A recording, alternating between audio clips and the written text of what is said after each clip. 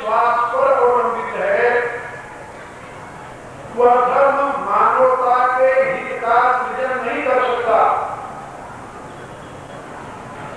और कभी भी वह मानव समाज को सही दिशा में आगे नहीं ले जा सकता।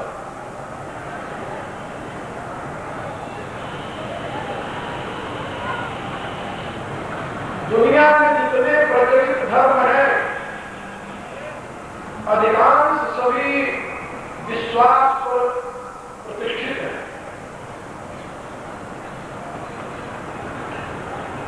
यदि आप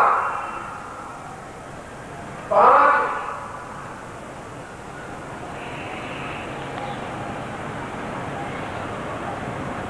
मान्यताओं को स्वीकार नहीं करते तो आप ईसाई धर्म के अनुयायी नहीं बन सकते। 5 मान्यताएं क्या है? पहले तो आप ईश्वर में विश्वास करें, फिर ये विश्वास करें कि ईश्वर के एक इकलौता पुत्र पैदा हुआ था,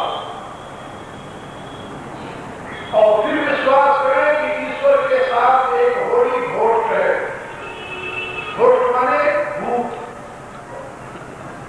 अंग्रेजी में इसे घोट कहते हैं, उसे हमारी संस्कृत भाषा में भूत कहते हैं, प्रेत कहते हैं। लेकिन वो होली घोट है माने पवित्र प्रेत है। तो आप ईश्वर को माने, आप ईश्वर के एक इकलौता पुत्र है उसे माने, और आप ईश्वर के साथ एक पवित्र प्रेम को स्वीकार करें, और इन तीनों के साथ 2 चीजें और माननी पड़ेगी आपको। एक तो आपको ये मानना पड़ेगा कि ईश्वर ने जो संदेश दिया वो बाइबल के रूप में है। बाइबल को ईश्वर की कृति माने, और 5वीं बात माने कि जीवन का अंतिम निर्णय जजमेंट डे के दिन होगा, जब आप मर करके शरीर और अपने मन के साथ कब्र में पड़े रहेंगे। तो आखिर में प्रलय के समय एक जजमेंट डे, न्याय का दिन आएगा, और उस न्याय के दिन परमात्मा आवाज लगाएगा, वो ईश्वर आवाज लगाएगा। तो आप अपने उस कब्र से उठ करके प्रमाण पत्र के साथ परमात्मा के सामने खड़े किए जाएंगे। यदि आपने इन 5 बातों में विश्वास किया है तब तो आपको स्वर्ग मिलेगा, और यदि इन 5 में विश्वास नहीं किया तब आपको नरक मिलेगा। अब आपको यदि स्वर्ग जाना हो तो इन 5 को मान लीजिए, नरक जाना हो तो इनको स्वीकार कर दीजिए। ये ईसाई धर्म का सिद्धांत है। यही सिद्धांत यहूदी धर्म का भी, लेकिन वहां एक अंतर है, छोटा सा अंतर। वो अंतर क्या है कि वहां ईसा मसीह पुत्र नहीं परमात्मा का, वहां पर मौसेस जो है, मूसा जिसे हमारी भाषा में कहते हैं, वो परमात्मा का दोस्त है, पैगंबर है। यही मान्यता इस्लाम में भी, इस्लाम की भी यही मान्यता है। वहां भी 5 में विश्वास करो तब तुम मुसलमान बन सकते हो। यदि 5 में विश्वास नहीं है तो मुसलमान नहीं बन सकते। पहले मानो खुदा है, फिर मानो खुदा का एक पैगंबर मसीहा है मोहम्मद, फिर मानो कि मोहम्मद के द्वारा उतरी हुई जो कुरान है वो परमात्मा का संदेश है आखिरी। इसके बाद में परमात्मा अब संदेश नहीं देगा कि कोई पैगंबर नहीं आएगा। तो परमात्मा को मानो, मोहम्मद को मानो, कुरान को मानो, और फिर परमात्मा के उस आखिरी दिन को मानो। आखिरी दिन, जिस दिन न्याय का दिन जो कहा जाएगा, जैसे ईसाइयों की मान्यता है ऐसे मुसलमानों की मान्यता है न्याय के दिन। ये चार बातें आप मानो, और इसके साथ पांचवी बात और माननी पड़ेगी आपको, जिसको कहते हैं सोम, सलाद, हज और ज़कात। यदि आपने इनको स्वीकार किया तब तो आपको जन्नत मिलेगी, और नहीं तो आप जहन्नम में जाओगे। ये यहूदी, ईसाई और इस्लाम धर्म की मान्यताएं। इनके मूल में एक बात जो बिल्कुल वैदिक धर्म के विपरीत है। लोग पूछते हैं कि भाई विचारों में समन्वय कर लो आपस में। लोग ये भी पूछते हैं कि बाहर से बहुत से जातियां आई और इस भारत में बस्ती चली गई। इतिहास का जानकार होने के नाते मैं आपको ये बता सकता हूं कि भारत में हूर आए, कुषाण आए, शक आए, तातार आए, ये सब आए बाहर से, और इस महासमुद्र में सनातन धर्म में विलीन हो गए। उनकी अलग पहचान नहीं रही। क्यों नहीं रही? कि वो कोई अलग से विचारधारा लेकर नहीं आए थे। उनकी अपनी कोई विचारधारा स्वतंत्र रूप में नहीं थी। पारसी आए, वो पारसी भी इसी वैदिक धर्म की एक शाखा थी, अग्नि पूजकों की। इसलिए वो यहां 1100 वर्षों से रह रहे हैं, वहां भी कोई गड़बड़ नहीं है। लेकिन इस्लाम जब भारत में प्रवेश किया तो एक मान्यता को लेकर प्रवेश किया कि जो उसके विश्वास को मानेगा वो तो जन्नत का भागी होगा और उसको इस पृथ्वी पर रहने का अधिकार होगा। जो लोग कुरान नहीं पढ़े हैं उनको पढ़ लेना चाहिए। कुरान में साफ शब्दों में लिखा हुआ है कि जो खुदा के पैगंबर में विश्वास नहीं करता वो कुफ्र करने वाला है। यानी मोहम्मद साहब को जो आखिरी पैगंबर नहीं मानता वो कुफ्र करने वाला है, और कुफ्र करने वाले के लिए इस धरती पर रहने का अधिकार नहीं है। यदि कोई मोमिन माने इस्लाम को मानने वाला ऐसे काफिरों का वध करता है तो जितने अधिक काफिरों का वध करेगा उतने वो खुदा के पुरस्कार का पालन करेगा। और इसी सिद्धांत के आधार पर एक नहीं अनेकों आक्रांता भारत में आए, और जिनको वो मानते थे कि ये कुफ्र करने वाले काफिर हैं, उनको लाइन में खड़े करके बकरियों की तरह काटते चले गए। गयासुद्दीन का नाम सुना होगा। केवल एक गयासुद्दीन ही नहीं, तैमूरन का नाम सुना होगा, जिसने 1 लाख हिंदुओं के सर को काट करके दिल्ली के चांदनी चौक में एक ऊंचा सा चबूतरा बनवाया सर का, और उस 1 लाख सर के ऊपर अपना सिंहासन रखा। उसके ऊपर तैमूरन बैठ करके वेश्याओं का नृत्य देखा इसी दिल्ली चांदनी चौक में। खुदा को प्यारे होने के नाते, क्योंकि कुरान का ये संदेश है कि जितने अधिक काफिरों का तुम वध करोगे उतने खुदा के नजदीक तुम पहुंच जाओगे। है मैं आप लोगों को कुछ और बताने जा रहा हूं, सुनिए। वैदिक धर्म का मूल संदेश है कि मनुष्य के पास 3 मुख्य साधन हैं। बुद्धि है, हृदय है और हाथ है। इन तीनों के लिए 3 प्रकार की साधना है। बुद्धि के लिए ज्ञान योग, हृदय के लिए उपासना योग और हाथ के लिए कर्म योग।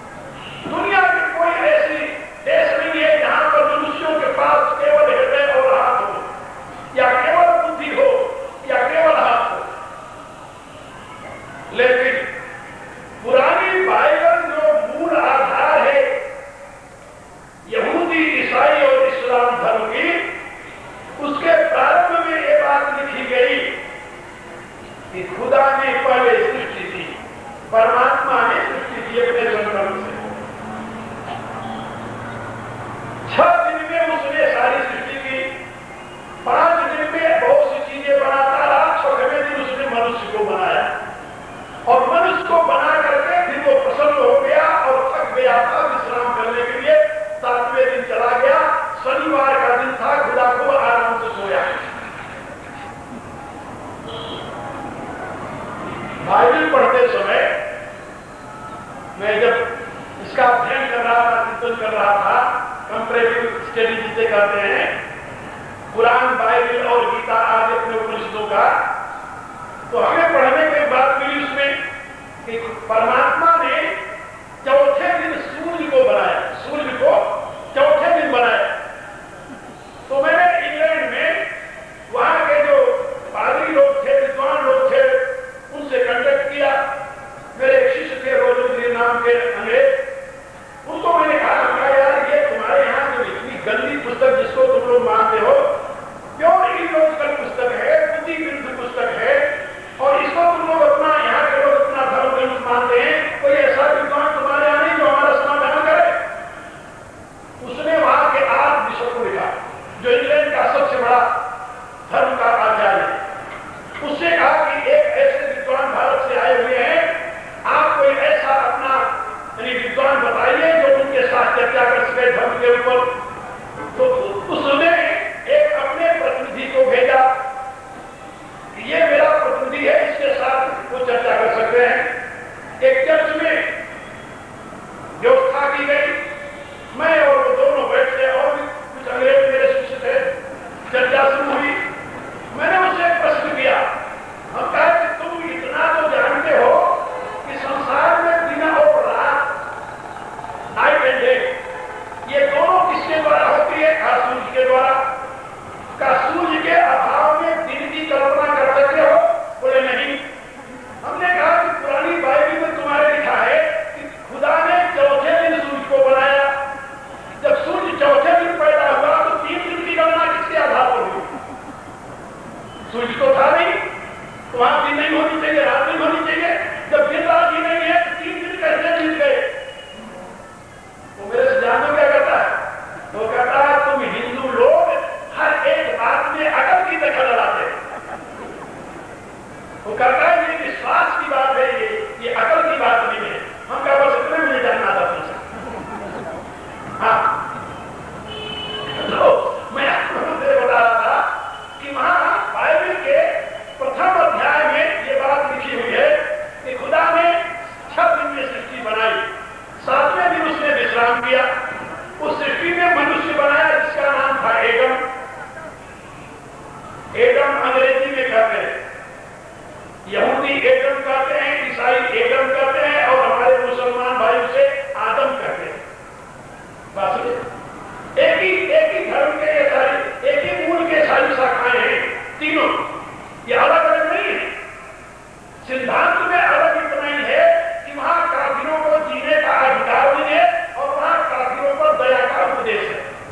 ईसाई धर्म में काफिरों पर दया का उपदेश है, उनके ऊपर दया करें, दया के पार करें, क्योंकि वो ईसा मसीह की बिछड़ी हुई भेड़ें हैं। और यहूदियों के नाम यही है कि उनके ऊपर दया करो, लेकिन इस्लाम में है उनको खत्म कर दो, वो दया के भाजन नहीं, कभी खुदा के कुफ्र करने वाले हैं। खैर, मैं जो आपको बता रहा था कि वहां पर यह बात बताई गई कि खुदा ने जब एडम को पैदा किया तो पैदा करने के बाद उन्होंने उन्हें एक आनंद के बगीचे में रख दिया, आनंद कानन में रख दिया, और वहां पर वो रहने लगा। बहुत से कुछ उसमें लगे थे, खुदा ने कहा तुम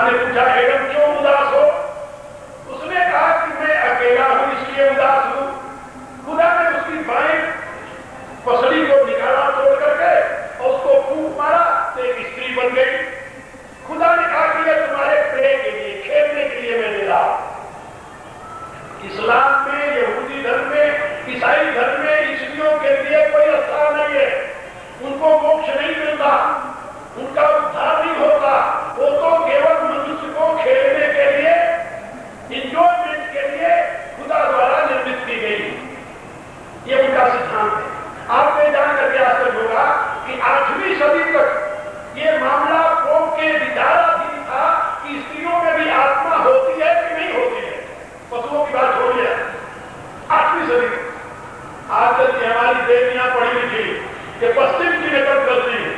सोचिए पश्चिम की स्त्रियां बहुत सुखी होंगी। पश्चिम की स्त्रियां एक बात में जरूर स्वतंत्र हैं कि वो चाहे तो साल भर में 12 महीने में 12 पति कर सकती है। इसका रोकथाम क्या है? क्या हिंदू धर्म में जो एक पत्नी का व्यवस्था है, यदि वो अपनाया जाए तब एड्स से बच सकता है मनुष्य। आप जरा सोचिए। है तो खुदा ने, परमात्मा ने, गॉड ने एडम की बाई पसली से फूट करके एक स्त्री बना दी और उसको खेलने के लिए उसे दे दिया। अब वो दोनों साथ साथ रहने लगे, एडम और ईव। उस स्त्री का नाम रखा ईव। ईव माने होता है प्यार, ईव माने होता है मनोरंजन। मनोरंजन, प्यार, उल्लास, जिससे आदमी को इंजॉयमेंट मिले, इंजॉयमेंट करते। तो ईव को बना कर दे दिया। अब दोनों रहने लगे। इतने में एक दिन एक सांप आ गया वहां। सांप ने ईव से कहा कि भाई तुम सारे पेड़ों के फल खाते हो, इस वृक्ष के फल क्यों नहीं खाते? ईव ने कहा कि खुदा ने मना किया है। कहा क्यों मना किया है जानते हो? उसने कहा मैं तो नहीं जानती। कहा इस वृक्ष का फल खाओगे तुम भी खुदा बन जाओगे। जिसको बाइबल में सरपेंट का है, कुरान में शैतान का है, सर्पेंट। अब उसके कहने से ईव ने वो फल खा लिया। जब फल खाया तो उसे ज्ञान हो गया।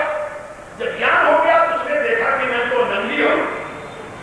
इतने में उसका पति आ गया, जो पति था समझ लो एडम। एडम को देख करके उसने कहा भाई तुम इसका फल खाओ, और पत्नी के कहने से वो भी फल खा लिया। उसको भी ज्ञान हो गया। जब उसको भी ज्ञान हो गया तो वो दोनों ज्ञान, उस वृक्ष का नाम जानते क्या था? ट्री ऑफ नॉलेज, यानी ज्ञान वृक्ष। तो खुदा ने मना किया था कि ज्ञान वृक्ष का फल नहीं खाना और सारे पेड़ों का फल खाना। तो और एडम और ईव ने गलती क्या की? ज्ञान वृक्ष का फल खा लिया। जब फल खाया तुमको बोध हो गया कि मैं तो नंगा हूं। जब खुदा आया सैर करते हुए बगीचे में, तो एडम और ईव दोनों लज्जा के मारे एक झाड़ी में छिप गए। खुदा ने आवाज लगाई, एडम एडम कहां हो? वो झाड़ी में छिपा हुआ कहता है पिताजी मैं यहां हूं। कहा पिताजी ये क्या? और वहां क्यों हो? कहा इसलिए कि मैं नंगा हूं। कहा ये तुम्हें किसने बता दिया कि तुम नंगे हो? इसका अभिप्राय तुम उस वृक्ष का फल खाए हो जिस वृक्ष का फल खाने के लिए मैंने मना किया था। उसने कहा हाँ पिताजी खाया तो हूं। दोनों पत्ते तोड़े, अपने शरीर के आगे पीछे लगाकर आगे खड़े हो गए। एडम ने कहा मैं इस स्त्री के कहने से इसका फल खाया। खुदा ने श्राप दे दिया दोनों को, तुम जाओ इस एडम के यानी बगीचे से पतित होकर के मनुष्य लोक में जाओ और वहां पर दुख भोगो। स्त्री को श्राप दिया कि तुमने इसे बहकाया है, इसलिए तुम बच्चा उत्पन्न करने का दुख भोगोगी। और एडम को श्राप दिया कि तुम स्त्री के बहकाए में आकर के ज्ञान वृक्ष का फल खाया है, इसलिए जाओ तुम दुख में जीवन बिताओ। यह है मूल सिद्धांत कहानी। कहने का अभिप्राय कि यदि तुम्हें खुदा का प्यार पाना है तो तुम बुद्धि को अपने सर से अलग कर दो। यानी ज्ञान की जरूरत नहीं है। ज्ञान वृक्ष का फल खाओगे तो खुदा की दृष्टि से गिर जाओगे। भला सोचो, वेद कहता है विद्या ज्ञानान मुक्ति। वेद कहता है विद्या अमृतम वसुते। वेद कहता है विद्या विद्यते अमृतम। बिना ज्ञान के मनुष्य का कल्याण नहीं। विद्या के द्वारा ही मनुष्य अमृतत्व को प्राप्त कर सकता है। विद्या ही मनुष्य को अमृतत्व प्रदान करती है। बाइबल, कुरान और उनके धर्म ये कहते हैं कि ज्ञान ही मनुष्य का सबसे बड़ा शत्रु है। यदि मनुष्य ज्ञान की उपासना करेगा तो पतित हो जाएगा। यहाँ दिल्ली के बड़े अच्छे विद्वान हैं, कैलाश वाजपेयी नाम है उनका। तो एक बार एक सम्मेलन था हॉलैंड में, उस सम्मेलन में हो गए। वहां मैं भी वक्ता रूप में बुलाया गया था कनाडा से। तो एक मेरा व्याख्यान है छपा हुआ, इन लोगों ने उसे प्रकाशित भी दिया है, विश्व को हिंदुओं की देन। इस विषय पर मेरा व्याख्यान हुआ था। अब वो बड़े भाग्यों हम कहा कहीं समन्वय के लिए स्थान हो तब समन्वय किया जाए,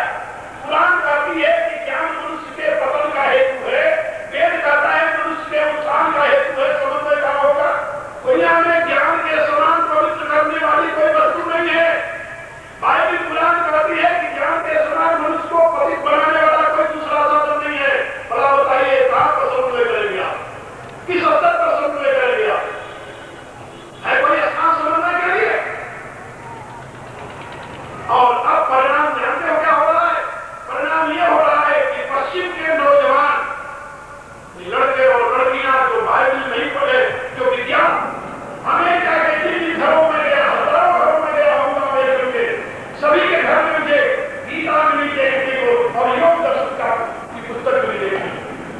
वहां के लोग उपनिषदें पढ़ते हैं तो जानते हैं कि मनुष्य बिना ज्ञान के रह नहीं सकता। और जब हम उन लोगों से कहते हैं कि क्या बुद्धि के बिना मनुष्य का अस्तित्व हो सकता है, भला आप बताइए, बुद्धि के बिना आप मनुष्य का रह सकते हैं? असंभव है। इसलिए आज दुनिया गीता को, उपनिषद को, वेद को, रामायण को पढ़ने के लिए लालायित हो रही, क्योंकि उसमें मनुष्य के सर्वतोमुखी विकास की प्रतिष्ठा है। केवल एक सनातन धर्म है, हिंदू धर्म है दुनिया में, जो मनुष्यों को आवाहन करता है तुम मेरे पास आओ, तर्क करो, अपनी लॉजिक को प्रयोग करो। हम वहां के लोगों से कहते हैं you want to be religious, but use your reasoning power, because your reasoning power is the first step of religion.